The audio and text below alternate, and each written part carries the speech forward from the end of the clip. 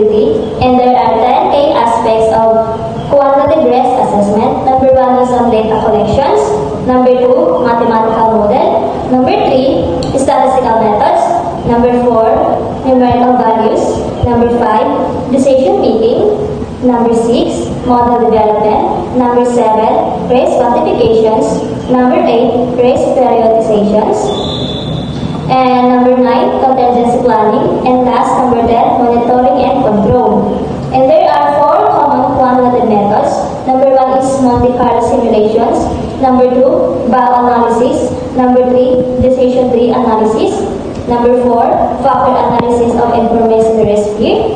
And there are 5 applications in IT risk assessment. So number 1 is risk quantification for cyber threats. Number 2, investment decision making. Number 3, security metrics. Number 4, scenario analysis. And last, number 5, regulatory compliance. And there are 5 challenges and limitations of quantitative methods. Number 1 is data issues. Number 2, complex model. Number 3, assumptions and uncertainty.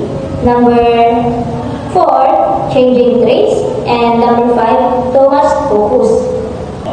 So, let's discuss about the quantitative methods for IT security.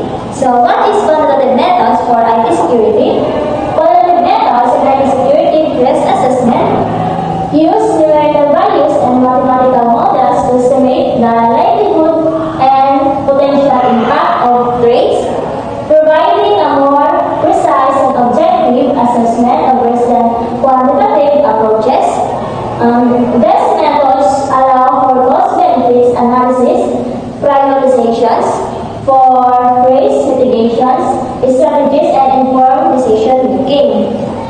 So, the quantitative methods in IT security risk assessment, these methods use numerical data and mathematical models to estimate both the chance likelihood and the severity impact of security threats. Unlike quantitative methods, which use subjective judgment, high, medium, low, quantitative methods provide exact numbers, like for example, 70% probability and 100,000 impact. Now, we are going to move on the key aspects of quantitative risk assessment. So first is data collections.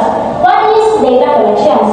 Quantitative risk assessment gathers data from past events, experts, and models to evaluate potential risk.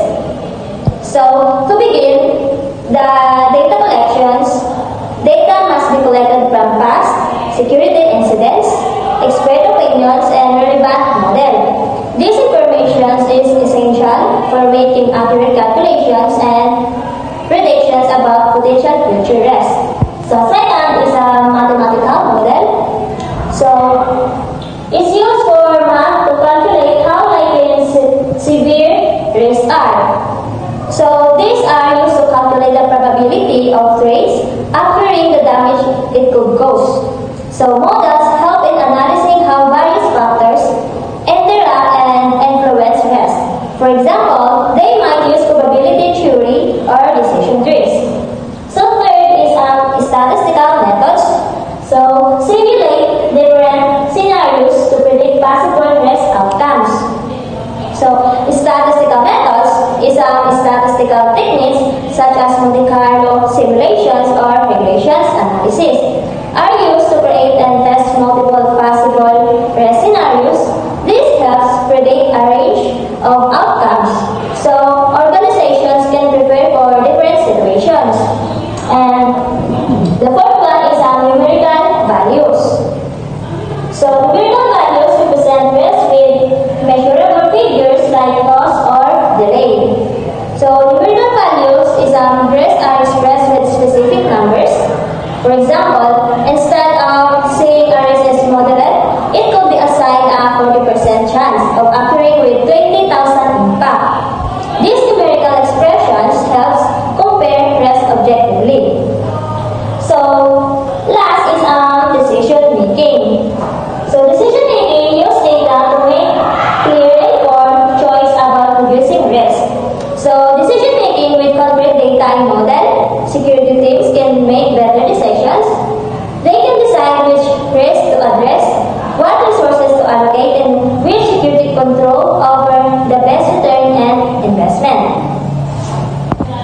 are the continue of key aspects of quantitative risk assessment.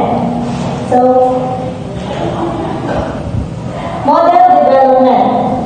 What is model development? Model development builds models to analyze data and forecast outcomes.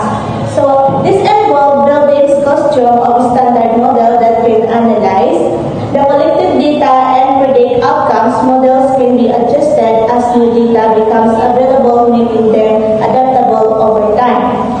So, risk price decision. Rank race based on the impact and probability. Here, risk is assigned numerical value using methods like expected monetary value. For example, if a risk has a 20% chance of causing $50,000 and damage its EMB as $10. Contingency planning. Prepare backup plans for high impact risk. For risk with high potential impact, backup plans are developed. These include alternative strategies or resources that can be activated if the risk becomes real. So, monitoring and control. Track risk and apply measures to reduce their effects. Even after assessment, risks need to be tracked continuously. New threats may emerge and old risks may change. Monitoring helps organizations adjust their defenses and controls in real time. There are common quantitative methods, Monte Carlo simulation, a tool for stimulating uncertainty and exploring possible outcomes. Monte Carlo simulation is a conventional method that uses random sampling to estimate the behavior of complex systems or mathematical functions. It's especially useful when it's difficult or impossible to compute an exact result with traditional analytical methods. And Bow analysis, a visual tool that merges fault and event trees to assess risk and find safety issues. Bow analysis is risk evaluation methods that combines elements of fault trees analysis and event trees analysis to visualize and manage the causes and consequences of hazardous events. Decision tree analysis, a visual method for showing action in their possible results.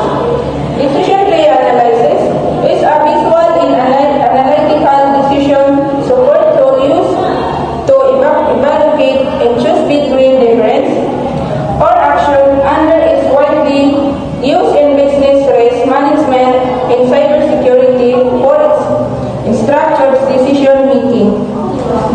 Factor analysis of information risk, fear, and framework to measure risk by assessing threats, vulnerability, and potential losses.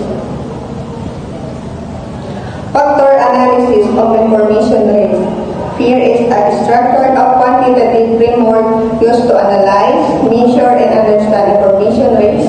It's one of the leading models for cyber risk quantification is used to support better decision-making in cybersecurity, governance, and risk management. This is an application in IT security risk assessment. Number 1, risk quantification for cyber threat. The risk quantification for cyber threat is estimate financial impact of cyber threat like a malware or data and breaches. Investment decision making, access to security controls as cost effective. And security matrix uses dashboard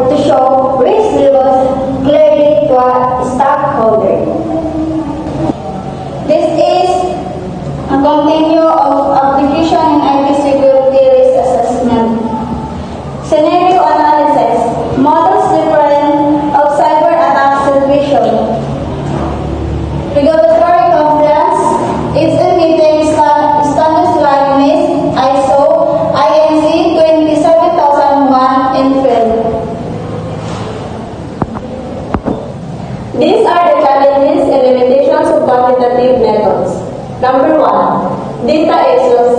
Reliable truth in impact data is often lacking.